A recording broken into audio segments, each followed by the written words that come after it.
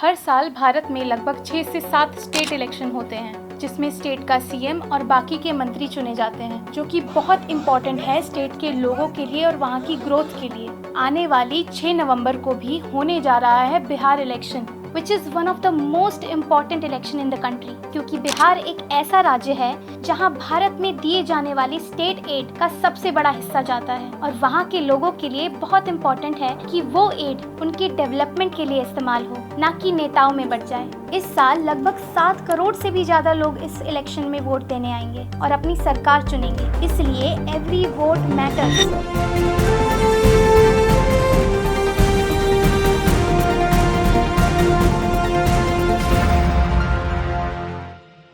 नीतीश कुमार 2005 से 2014 और 2015 से अब तक बिहार के मुख्यमंत्री के रूप में चुने गए हैं और उनको हराने के लिए विपक्षी अपनी पूरी कोशिश में लगा हुआ है, जिसके लिए बनाया जा रहा है महागठबंधन, जिसमें होंगे कांग्रेस, आरजेडी एंड बाकी की लेफ्ट पार्टीज। पर सवाल है कि क्या ये बिहार के लिए सही है, क्योंकि लास्ट जनरल इलेक्शन में भी इंडी अलायंस बनाया गया था, जिसमें कहा गया था कि हम सब साथ रहेंगे, पर क्या सब साथ में हैं? अभी हुए दिल्ली इलेक्शन में कांग्रेस खड़ी हुई थी आम आदमी पार्टी के खिलाफ। बंगाल में इलेक्शन में ममता बनर्जी के अपोज में खड़ी हुई थी सेम कांग्रेस पार्टी। तो क्या ऐसे साथ रहा जाता है? ऐसे गठबंधन से नुकसान किसी पार्टी से ज्यादा लोगों का होता है, जो इन पर विश्वास करके अपना वोट उन्हें डालते हैं। नुकसान होता है उस राज्य का। 2018-19 में हुए कर्नाटका इलेक्शन में भी एक गठबंधन हुआ था, इंडियन नेशनल कांग्रेस और जनता दल का। हुआ क्या? इलेक्शन तो जीत गए, पर 14 महीनों बाद सरकार गिर गई।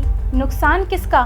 लोगों का, जिनके टैक्स के पैसों से वो इलेक्शन हुआ था। और फिर बाद में री इलेक्शंस हुए 2013 में हुए दिल्ली इलेक्शन में, जिसमें बीजेपी को हाईएस्ट सीट मिली थी और रिजल्ट्स के बाद आम आदमी पार्टी और कांग्रेस ने मिलकर सरकार बनाई, which resulted in 2015's re-election। हर साल इलेक्शन कराने में हमारी सरकार हमारे टैक्स से 340 करोड़ रुपए खर्च करती है, इसीलिए इलेक्शन मैटर्स फॉर अस। ये इलेक्शन हमसे ज्यादा पार्टीज के लिए भी मायने रखता है, क्योंकि उनका भी बहुत बड़ा पैसा लगता है। ऑन एन एवरेज 200 करोड़ रुपए खर्च करती हैं पार्टीज, तो वो पूरा ट्राई करती हैं कि इलेक्शन जीत जाएं और उसके लिए पार्टीज करती हैं वादे। इस साल का सबसे ज्यादा और सबसे बड़ा वादा किया है तेजस्वी यादव ने, जिसमें से सबसे चर्चित वादा है हर घर में सरकारी नौकरी। वाह तेजस्वी जी वाह, कितनी तेजस्वी बात की है आपने। मतलब ना सर है ना पैर है। हर साल लगभग 2.5 lakh government job Bihar provide करता है और बिहार में 25 लाख से ज्यादा लोग अनएम्प्लॉयड हैं, जिसमें लेबर फोर्स तो ऐड तक नहीं है। अगर लेबर फोर्स को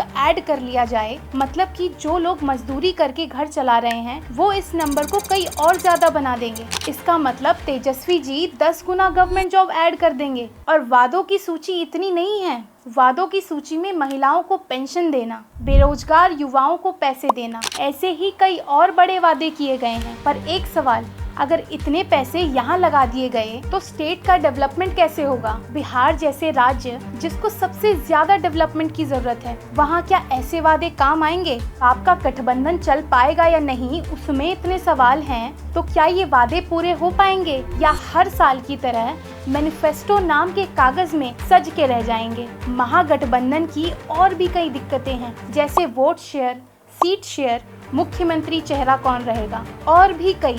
आरजेडी की हमेशा से आइडियोलॉजी रही है कास्ट बेस्ड, जिसमें ओबीसी स्पेशली यादव कास्ट के लोगों की डेवलपमेंट में ध्यान दिया जाता है। और दूसरी तरफ कांग्रेस सभी वर्गों को विकसित करने की आइडियोलॉजी रखती है, जिनको बिहार में आज तक भी अछूत नीची जाति का माना जाता है, because caste discrimination is still a big problem in Bihar. इतनी दिक्कतों के बाद क्या ये महागठबंधन महान बन पाएगा? Question is still there and solution were given by the voters. That's why every vote matters. तो आपको क्या लगता है, किसकी सरकार बनेगी बिहार में? अपनी राय कमेंट्स में जरूर बताएं एंड तब तक के लिए do like, share and subscribe and मिलते हैं अगली वीडियो में। जय हिंद।